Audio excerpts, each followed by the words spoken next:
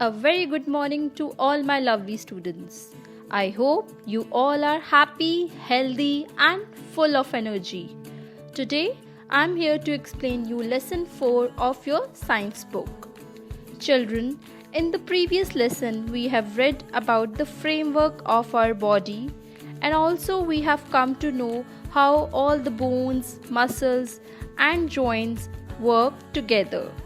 But in this lesson, we are going to learn about how our body functions, or you can say how the different sensory organs of our body communicate with the brain. It all comes under the nervous system. So, children, every day you are getting work for one or the other subject, and also to learn the same given by your teachers. But have you ever thought what helps you to memorize all these concepts for the different subjects? It is the brain only that helps you to remember things. Our nervous system is made up of three parts: the nerves, brain, and spinal cord. Now let me tell you first about the nerves. Nerves are thread-like structures which are spread throughout the body. They are the messengers of our body. They carry messages from the body parts through the spinal cord to the brain, and also bring messages back from the brain through the spinal cord to the body parts. So here what we have learned, nerves act like telephone wires which communicate the messages to the brain and from the brain to the different parts. Now let us know three kinds of nerves. First, sensory nerves. They carry messages from the sensory organs like eyes, ears, nose to the brain through the spinal cord. Motor nerves. They carry messages from the brain to the muscles through the spinal cord. And the third one, mixed nerves. They pass signals between the sensory nerves and the motor nerves. So now let's come to the most important and delicate part of our body, brain. But before starting that, let me ask you one question. What protects our brain?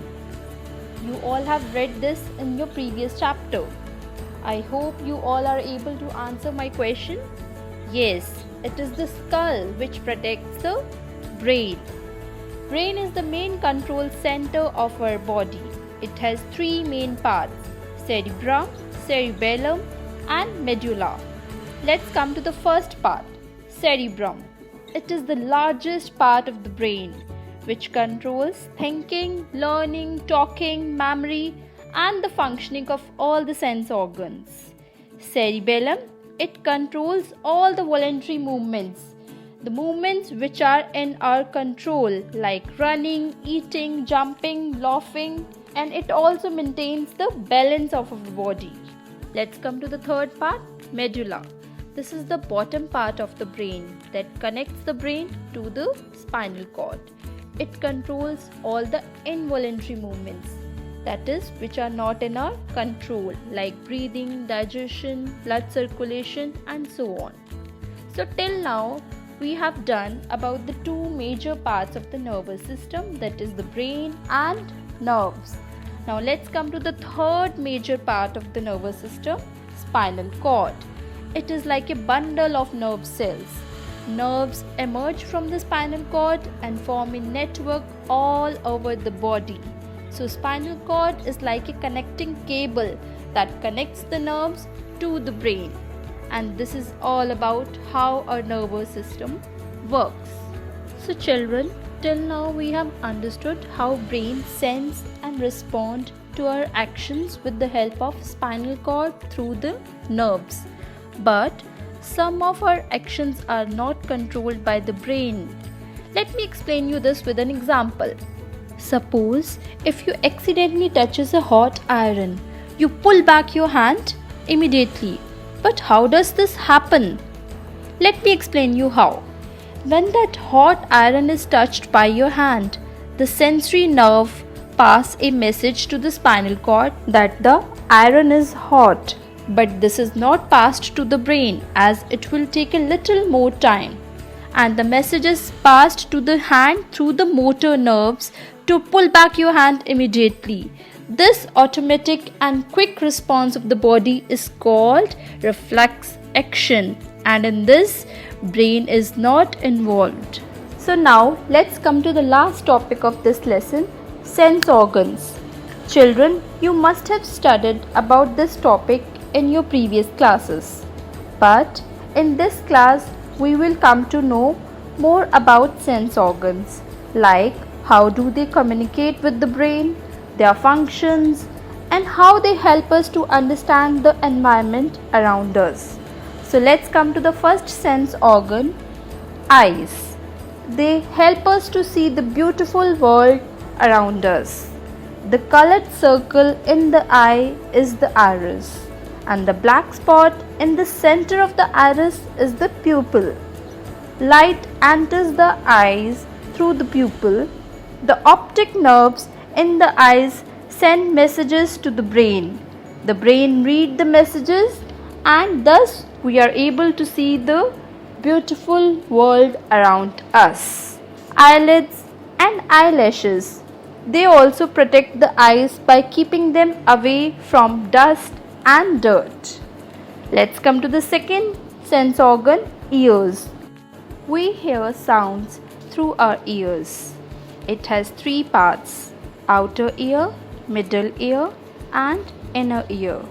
The sound of any object or any vehicle enters the outer ear, and then it travels through the middle ear and inner ear, and then it is sent to the brain by the nerves. It also helps us to keep our balance. Let's come to the third sense organ, nose. It helps us to smell all our favorite dishes. Nose has nerve endings in its upper part which send messages to the brain and tells us what smell it is. Now the question arises, why does food not taste good when we have a cold? This is because when we have a blocked nose, no air can reach the nerve endings and we cannot smell, and the senses of smell and taste are linked. So our food does not taste good when we have a cold. Let's come to the fourth sense organ, tongue. Our tongue has nerve endings which are called taste buds, which send messages to the brain, and they help us to sense different tastes like sweet, sour, salt, and bitter. Now the last sense organ is skin. It is the largest organ of the body which covers the entire body. Under the skin, it contains nerve endings. They gather information and send it to the brain, and thus helps in detecting the sensation like touch, pain, cold, or heat.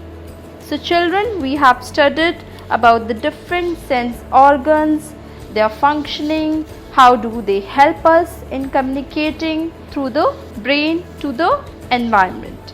So this chapter includes the three main parts of the nervous system: brain, nerves, and the spinal cord, their functioning and the sense organs. How do the sense organs work with the brain? How do they help us to communicate with the outside world? Thank you children. Take care.